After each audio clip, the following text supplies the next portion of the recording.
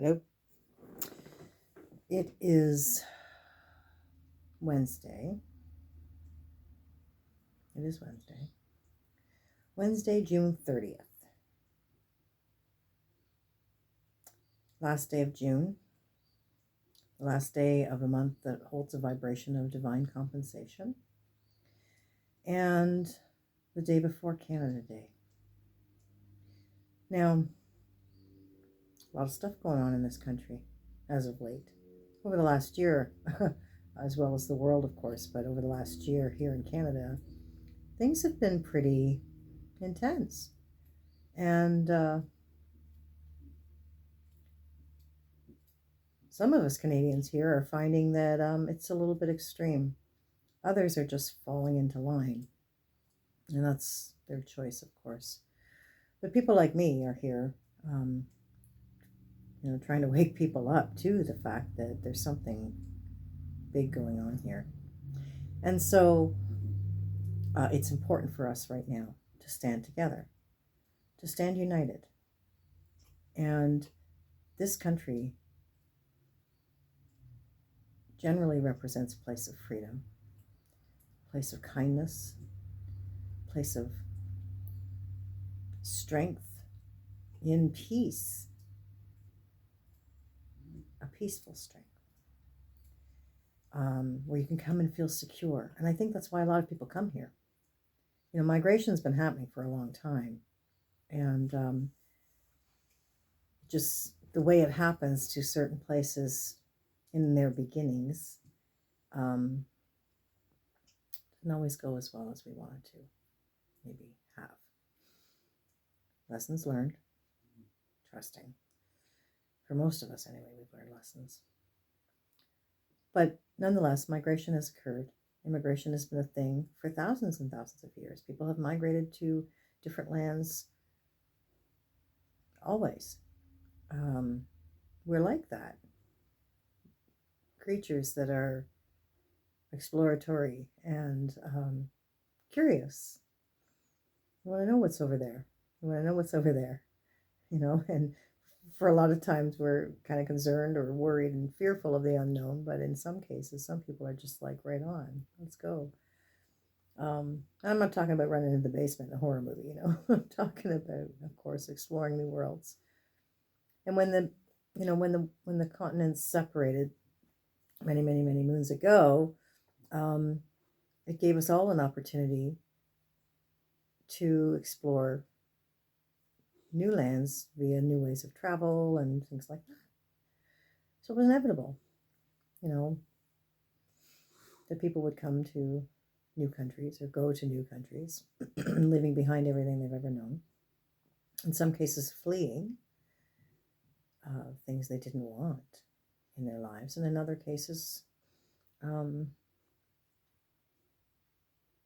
just wanting to explore. And this country here, Canada, is just a beautiful, beautiful piece of land. This top half of North America is expansive. It is huge. And, I think it's even a little bit bigger than the States per square footage. I'm not quite sure exactly how much, but I can tell you when you look at the map, it certainly does appear that way. And yet we have a tenth of the population that the U.S. has crammed into their little space. Certainly not anywhere near places like China that are like, what they say, like 5 people per square foot or something like that. Like, you're stacking each other here. But here in Canada, we have lots of room. Lots of room. And it's beautiful. It is beautiful.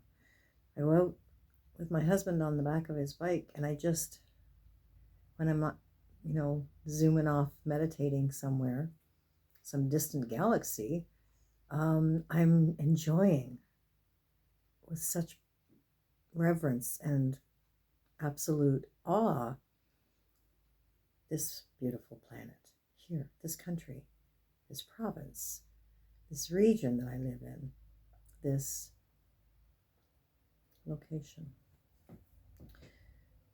To me,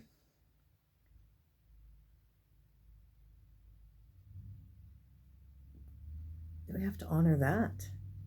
This country, and as with many countries, has held within her depths our soil, many secrets, many layers of darkness, and they're coming to the surface.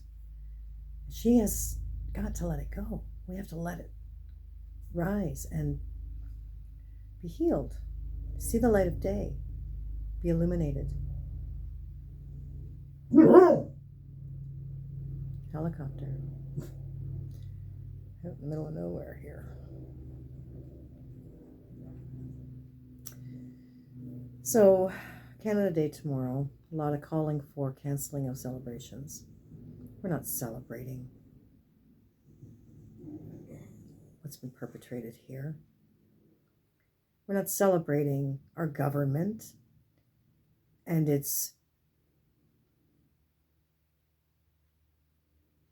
ways.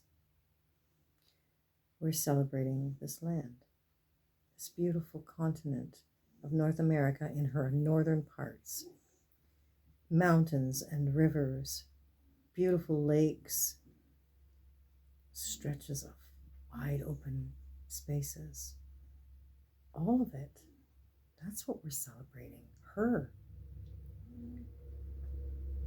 The fact that she holds such a peaceful vibration generally has covered up a lot of those things, has muffled them, because we don't want to see that.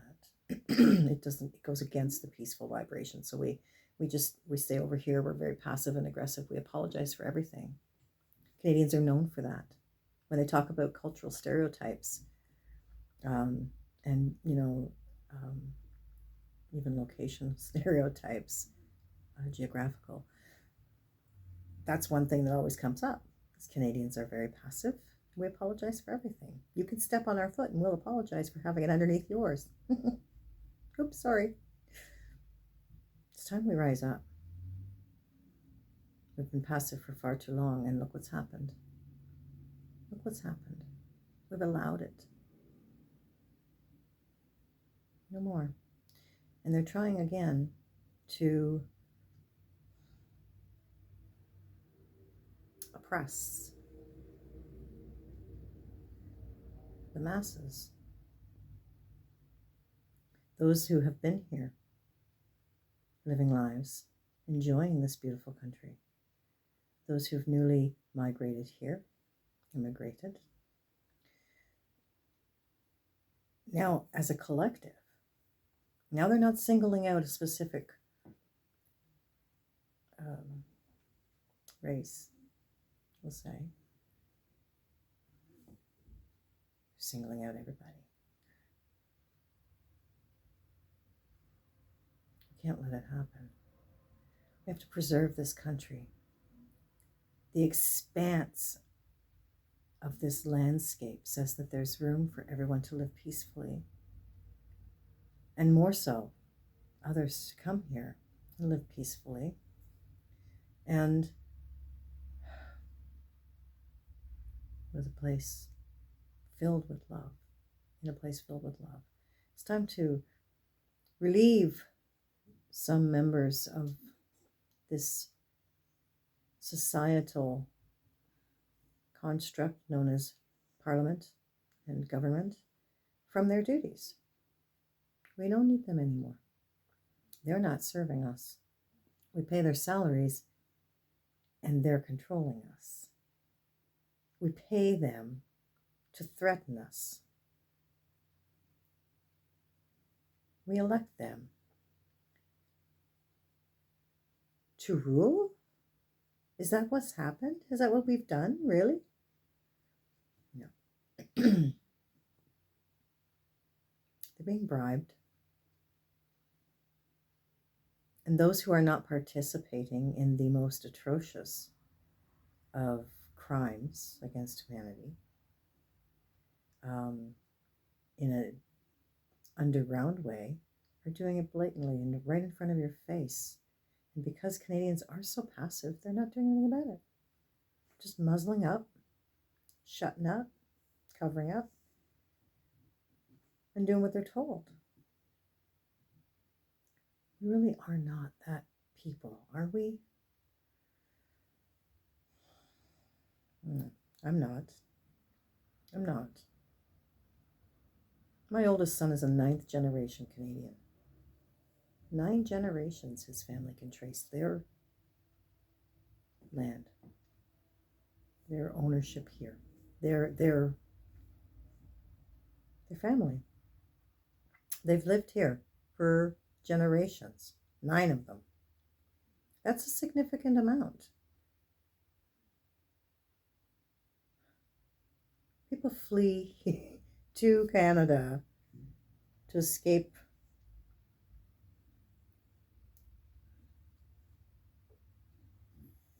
countries that are not as caring, acknowledging that.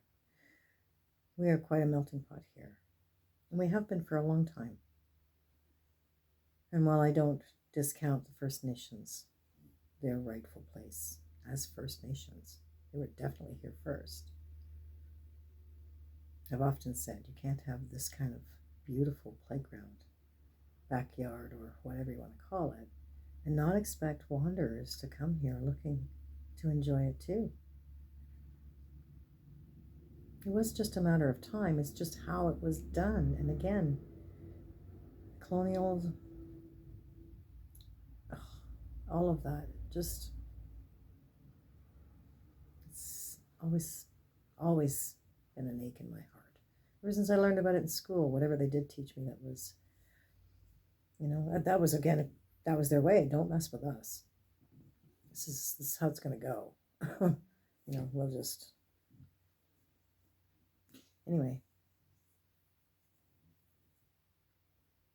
God bless everyone. God bless Canada. My brother was saying the other day that he always sang, "My home on native land." And, I think that certainly is an appropriate way to say that part of the anthem. But I was born here. This is my home and my native land. So I will sing it both ways, whichever way I'm feeling for the day.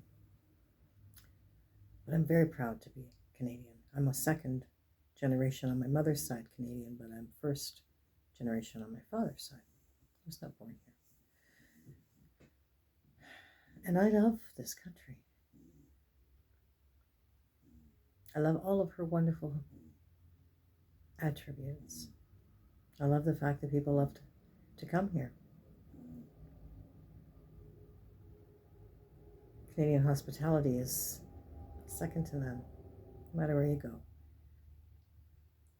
My only regret at this point, if I was to ever have a regret, and I generally don't because all is as it's meant to be, but I would say I would really like to have traveled by now across this country from one side to the other, but I have yet to do that.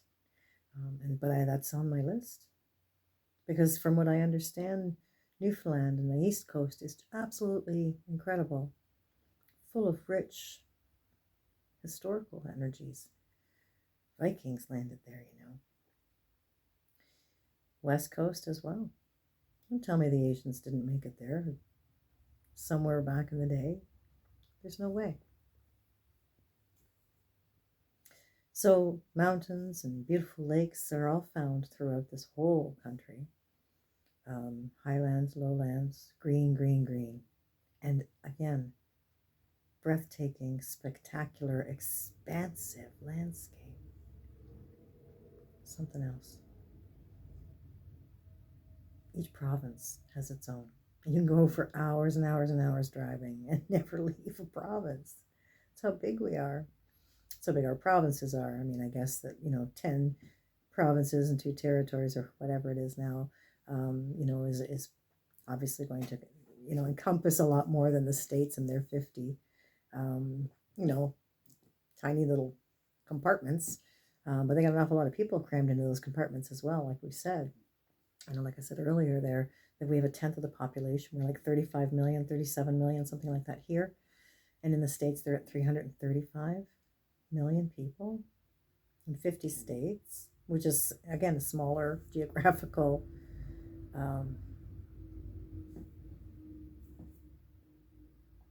region than ours. So I love this country. I really do. I always have. I just don't think I ever really appreciated it as much as I have in the last year, more so ever than ever before. And so Canada's strong. That's how we need to be. True North, strong and free. Free. We cannot let these people, these tyrants, take us down and oppress us. We've seen it. And the evidence of that is coming to the surface now. Please, people, wake up. These children, these graves, these mass graves that are being uncovered in all these different residential schools, that is evidence right there that they've done it before and they'll try to do it again. And that was not that long ago. Come on, that was within the last 50 years. I remember seeing a letter from some governing body that said that back in 1971, the year I was born, that you could purchase a native child for $10. $10.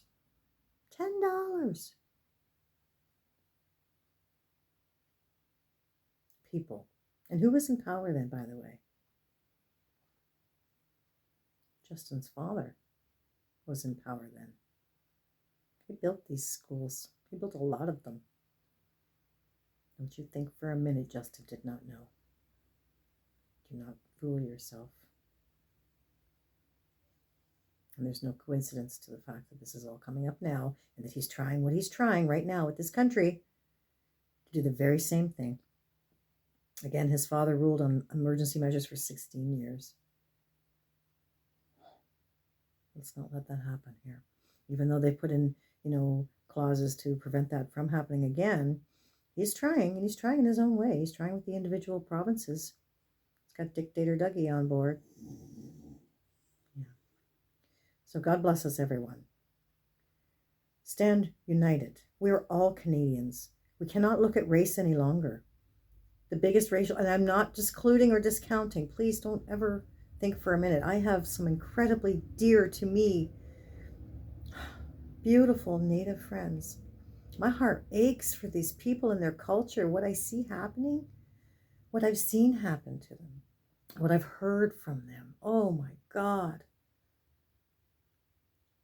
They are in a completely different category all themselves. But I don't want to separate anybody by race, by religion, for that matter, or creed. We're not meant to. We're all one race, the human race, and we're all, every country right now is being pushed to remember that. Honor yourself, honor your country, honor freedom, and honor your sovereignty. You're not meant to be governed or mandated by a body of people. Just God. You're God's sovereign being. Keep that in mind. Do not let them oppress you, enslave you. You're here to be empowered, lit up with truth and light and information. So don't be afraid to research. Don't be afraid to question authority. You're supposed to. That's what they're pushing all of this ridiculous stuff on us for. I cannot believe people have not actually stepped up to this and said, hey, wait a minute. How ridiculous is that? I can take the mask. I have to wear a mask from the door of the restaurant to the table, but I can take it off at the table. But when I go to the bathroom, I got to put it back on. Are you kidding me? And people are falling for it. It's like Simon Says. What the hell? Question authority. They're pushing you. They're doing the most stupidest, ridiculous things because that's what apparently is taking for people to wake up and go, hey, wait a minute. I mean, come on, people. Nobody stood up in the beginning, did they? No, I didn't even question nothing in the beginning. It's never too late. Now is the time. Now is the new opportunity waiting. So take advantage of it. You want to know the truth about life? You want to know the truth about this world, this planet, what we're here for? And the bigger truth, the greatest truth of all? The light, the dark, all that stuff? And then some? Follow me on Gab. BitChute channel and Gab. We're going to be talking about all of those things. Because this is just a portion of our empowerment, our stepping up into truth, and lighting ourselves up with information and light so that we can help this planet hold more light. Not be so dim, because that's how she reaches a new consciousness. Remember that. That's how she reaches a new vibration, frequency. Yeah. Good times.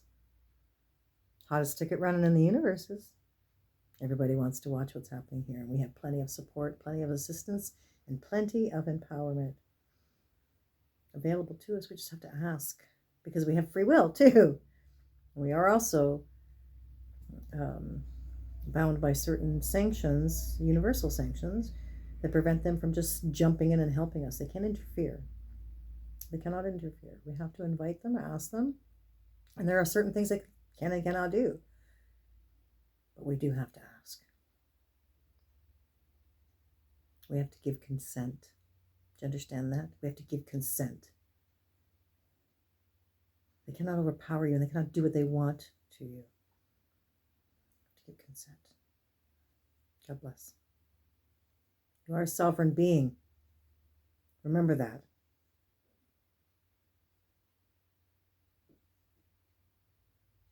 And I love every one of you. And thank you for being here. Doing what you're doing. Making the choices you're making. Living your soul's free will. And assisting in the ascension process. Namaste.